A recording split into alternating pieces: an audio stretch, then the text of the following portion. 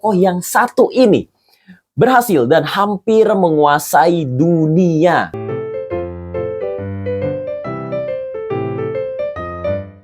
Yo friend, kalian pastinya tahu nih ya, ada beberapa tokoh yang memang punya ambisi untuk menguasai dunia. Salah satunya adalah Hitler. Kalian tahu kalau Hitler adalah salah satu tokoh yang memicu Perang Dunia Kedua. Tapi di situ Hitler pada akhirnya gagal walaupun sudah berkoalisi dengan Jepang dan juga Italia, dan di situ Perang Dunia Kedua saat itu diakhiri dengan kekalahan Hitler saat perangnya di Rusia. Oke, jadi pembahasan tokoh biografi kali ini tidak jauh dari penaklukan, sama seperti Hitler. Tapi bedanya, tokoh yang satu ini berhasil dan hampir menguasai dunia. Ya, kalian tidak salah dengar, menguasai dunia. Jadi, siapakah tokoh tersebut dan seperti apakah kisahnya? Jadi langsung aja kita ulik di Hai Boy. Alexander Agung atau yang dikenal juga dengan nama lengkapnya Alexander III. Lahir pada 20 Juli 356 sebelum Masehi di Pella, ibu kota kerajaan Makedonia.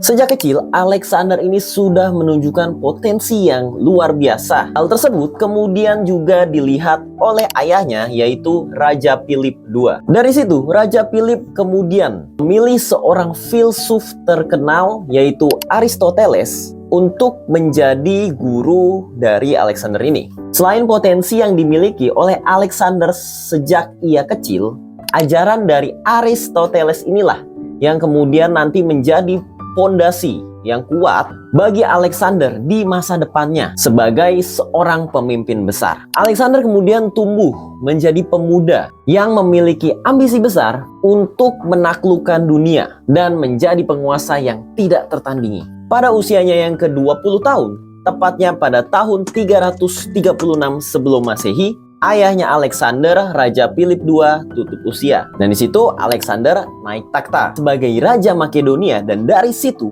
Alexander memulai ambisinya. Di awal masa kepemimpinannya ini, Alexander kemudian melanjutkan peperangan yang sudah dimulai ayahnya dahulu untuk menyatukan bangsa-bangsa di bawah kekuasaannya.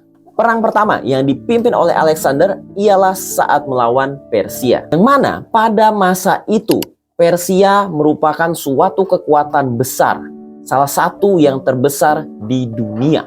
Pada tahun 334 sebelum Masehi terjadilah perang antara Makedonia dan juga Persia, yang kemudian dikenal sebagai Perang Granicus. Pada peperangan tersebut, Alexander dan pasukannya menuju pedalaman Persia, yang kemudian mengalahkan para pasukan Persia saat itu. Akhirnya setelah 4 tahun, atau tepatnya pada tahun 330 sebelum Masehi, Alexander berhasil menumbangkan Persia dan menguasai kota-kota yang menjadi pusat kekuatan Persia. Di antaranya adalah Sardis, Efesus, Milea, dan ibu kota Persia yaitu Persepolis. Singkatnya, setelah Alexander berhasil menguasai Persia, ia langsung melanjutkan kembali perjalanannya, dan di situ ia pergi menuju daerah timur.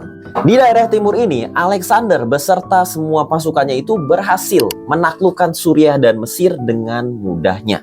Seselesainya penaklukan Suriah dan juga Mesir, Alexander memutuskan untuk melanjutkan penaklukan dan juga ekspedisinya ini, dan target berikutnya adalah India.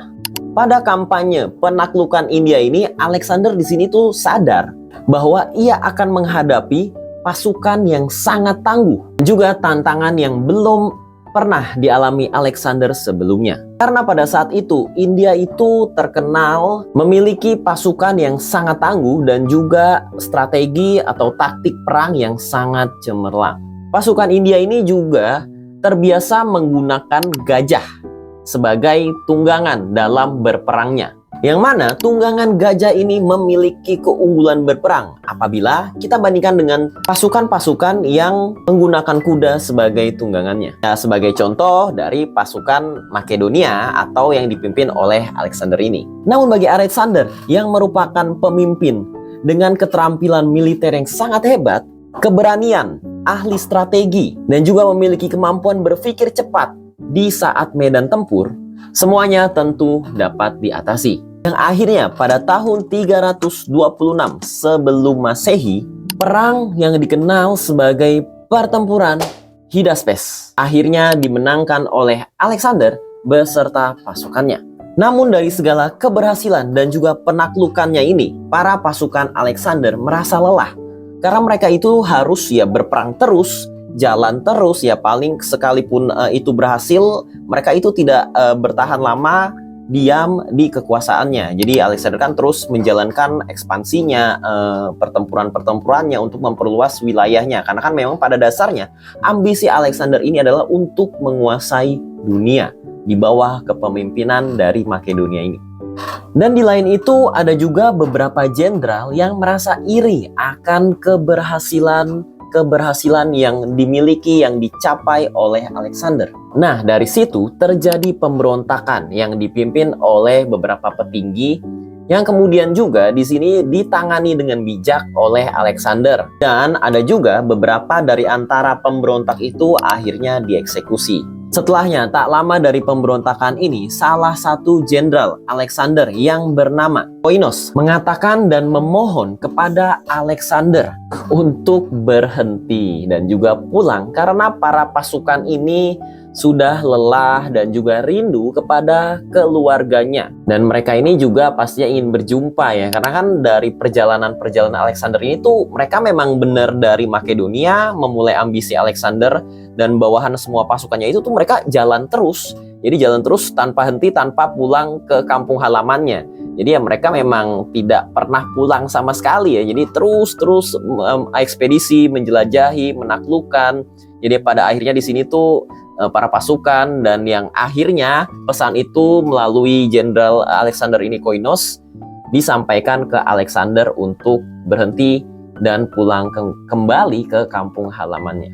Dari situ pun Alexander menyadari bahwa apa yang dikatakan jenderalnya ini ada benarnya dan Alexander pun kemudian memutuskan untuk kembali ke kampung halamannya. Nah, sesampainya di Babilonia setelah Alexander dan pasukannya itu memutar balik dan kembali, itu di situ tuh Alexander karena sudah pulang nih, ini kan udah pulang nih para pasukannya sudah bertemu keluarganya. Alexander di situ kemudian merancang dan merencanakan kembali penaklukan yang berikutnya. Di situ Alexander memulai ekspedisinya, dimulai dengan invasi ke Jazirah Arab. Namun itu tidak pernah terrealisasikan. Karena tidak lama dari dia kembali ke Babilonia ini, Alexander terkena demam yang tinggi, cukup tinggi atau bahkan tinggi sekali. Dan itu tuh tidak bisa sembuh, saat itu belum ada obatnya dan tidak bisa sembuh. Tepatnya pada sekitar tanggal 10 atau 11 Juli, Alexander di usianya yang ke-30 tahun akhirnya tutup usia. Namun di sini perlu kita ketahui, terlepas dari kemampuan militernya yang luar biasa ini, kepemimpinannya dan strateginya, Alexander ini juga adalah seorang filsuf, apalagi dia sempat diajar oleh filsuf terkenal saat itu yaitu Aristoteles. Alexander kerap kali memperkenalkan, mempromosikan budaya-budaya Yunani di bawah atau di semua tempat yang ia berhasil kuasai. Dan itu rata-rata sebagian besar itu diterima oleh kerajaan-kerajaan yang berhasil ditundukkan oleh Alexander. Oke, jadi di sini pastinya kita selalu mengambil hikmah dan juga poin pentingnya bahwa ambisinya ini Alexander tuh belajar walaupun didukung dengan bakatnya juga yang sudah dia miliki dari kecil dan juga pastinya pantang menyerah juga dan berani pastinya. Oke, mungkin itu adalah poin penting yang juga bisa kita ambil dan kita aplikasikan ke dalam hidup kita masing-masing. Mungkin sekian aja historical biografi kali ini. Saya Tony Lim, pamit undur diri dan salam sejarah.